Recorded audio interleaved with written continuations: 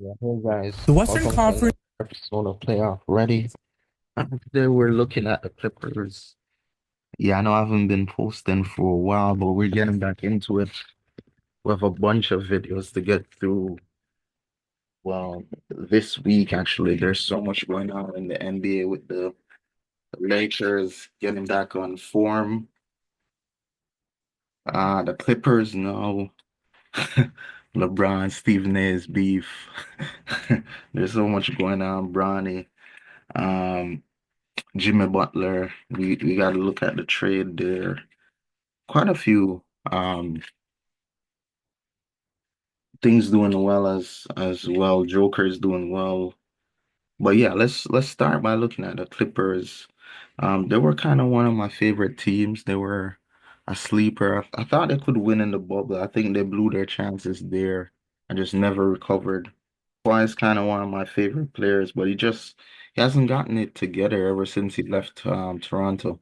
So yeah, let's take a look at the Clippers and then kind of go from there.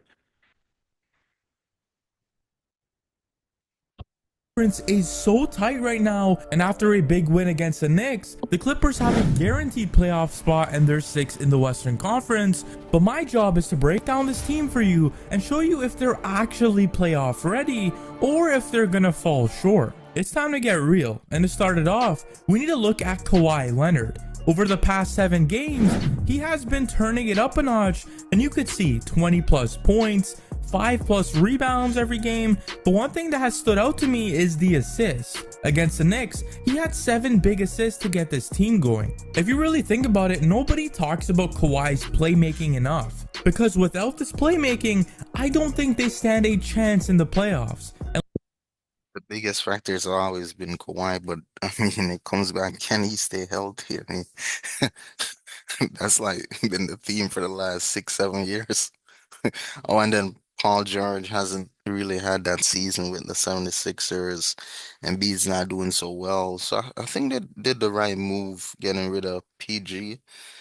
In in hindsight, when it happened at the time, I wasn't sure. It was kind of a weird move. But no, I get it. But yeah, that duo didn't work out for the Clippers. And let me show you why. Historically, Kawhi's always been an amazing mid-range player and also great in the paint. And well, who benefits off this? The big man of Itzia Zubats. And all Kawhi has to do is run inside the paint after some razzle dazzle and then dump it off the Zubats for an easy bucket. The Clippers also like giving room for Kawhi in that post area just so he can operate, and when that double team comes, all he has to do is kick it out to the wide open shooter, and that's just easy offense. One of my favorite things when it comes to watching the Clippers play is the connection that James Harden and Kawhi are forming. Harden can just be running the ball down in the paint, he has OG Anunoby on his back, and well, it's just not looking too good. So what James Harden does is throw the ball to Kawhi, and Kawhi is so good at court mapping, so he knows that Harden's goal is to relocate right beside him so he could have a wide open 3. And Kawhi just throws the ball to Harden, and Harden cashes in the 3. Harden does not think about it, nails the 3. I can't stress how important it is for Kawhi Leonard to be playing like this. Not just on the scoring end, but on the playmaking end. Because the Clippers are a completely different team when everybody is on the same page. So now you can see Kawhi's been doing his thing on the playmaking side this season, but on I think this guy's just a Clipper hopeful. Be sure to follow him though. Well, I think he's just a Clipper hopeful. the scoring side, this guy has been a clutch machine. He had a crazy game winner against the Kings, and well, last night, nobody could stop him in the 4th quarter. He was just a mid-range machine. This 4th quarter dominance began in the corner 3, where Kawhi laced a shot over OG Anunoby, and it did look like a foul, but Kawhi played through it. But I knew Kawhi Leonard was officially unguardable when he ISO'd OG Anunoby. He attacked his top foot, and well, when you attack the defender's top foot, it allows you to get to your position first. And well, Kawhi gets to his post-up position. And you guys know when that happens, there's almost nothing you could do to stop him. He's gonna go to his fadeaway, and you can see OG Anunoby does a great job contesting it, but Kawhi is just gonna make that shot 9 times out of 10. And well, what did the Knicks do? They're like, let's try putting Mikal Bridges on Kawhi Leonard. the 23 run to eventually have a 19. And James Harden is the oldest player to have a season with 1,500 points and 500 plus assists. He's on another level. But how is he doing this? Before we break this down and show you what James Harden has to do in Okay, 29 and 6 assists. Okay. the playoffs. Thank you to Extra for sponsoring today's video. You guys may have a wallet that looks like this, all beat up and barely has room for your cards. Well, I was once this guy that had his wallet until I got the Parliament wallet from Extra, and it has changed the way I keep my money and my cards let's safe. look at It this has an wallet. extra pouch for your cards, and with a click of a button, bang, your cards come yeah, I've out. seen And this it's one just so already. much more easy than having one of those wallets that you have to physically manually pull out. Okay. It also helps you stay away from wireless theft. It's called RFID, and people can easily get your information if you Yeah. use That's the old true. wallet. They have 6 amazing colors, and the other thing I like is that you can attach a tracker card to your wallet as well. And there's been countless times where I have lost my wallet, and now I'm just gonna attach a tracker card to my wallet so I don't ever lose it again. It's also voice activated with Siri, Alexa, or Google. That's too You can much go on for a wallet. extra.com right now and how we could help the Clippers in the playoffs. The first thing I noticed is that Harden is very versatile on the offensive side of the court. You could set him off-ball screens, and the special thing is that when he comes off these off-ball screens, he has insane breaks to stop and quickly pull a 3 over a very good defender in OG Anunoby. Off inbound plays too, you could trust him to run that isolation pick and roll with Ivica Zubac, and once again, he will pull it over you like you're not there. It's very difficult to guard James Harden in this pick and roll situation because OG Anunoby literally has to fight over the screen perfectly, which is pretty hard to do over Zubac, or Karl Anthony Towns has to help on the Harden 3, and that's pretty hard to do when Harden is pulling out from 3 so quick. So this pick and roll will be used a lot in the playoffs, because once again, Zubac comes to set Harden a screen again, and this takes OG completely out the play. Now Harden has to go by Karl Anthony Towns, and Harden is set a screen for Harden. Harden can come Basically, he's reflecting on Harden and Kawhi's gameplay.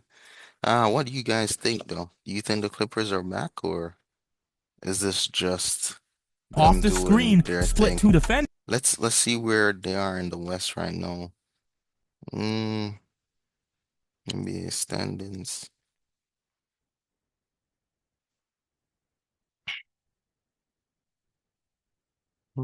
Yeah, the Clippers are just barely over 500, I would say. 42-31, 6 seed, just behind the Warriors. The Warriors have been on a tear, but it's just not there. Let's see. Mm, This was the Brooklyn. Yeah, that was a easy game. Mm, Let's see their schedule. They have a pretty easy schedule coming up. Yeah, they have a pretty easy schedule. This should be like probably the Cavs might be hard. Mm, yeah, this might be a 5 game winning spree, 6 games, maybe probably a 5 game, 6 games. Depends on how the Cavs show up. But they kind of have an easy road ahead. Um, yeah, the playoff run. So I guess the pundits are ready. Pundits are ready. Let's see how Kawhi is doing this season. Mm,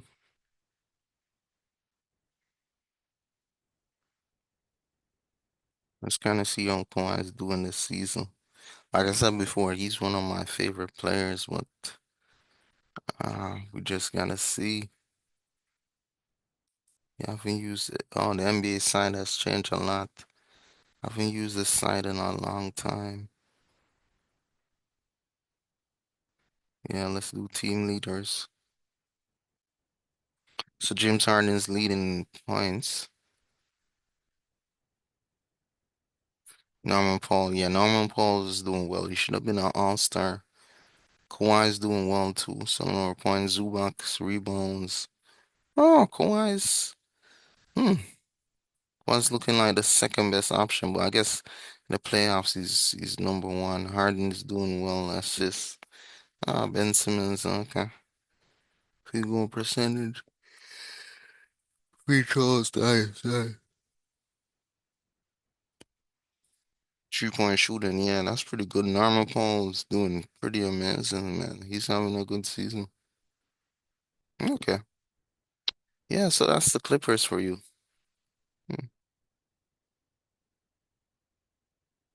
Yeah, that's the Clippers for you. We kind of already have the team stats, the player stats. Yeah, so what do you guys think? You think this is the year for the Clippers?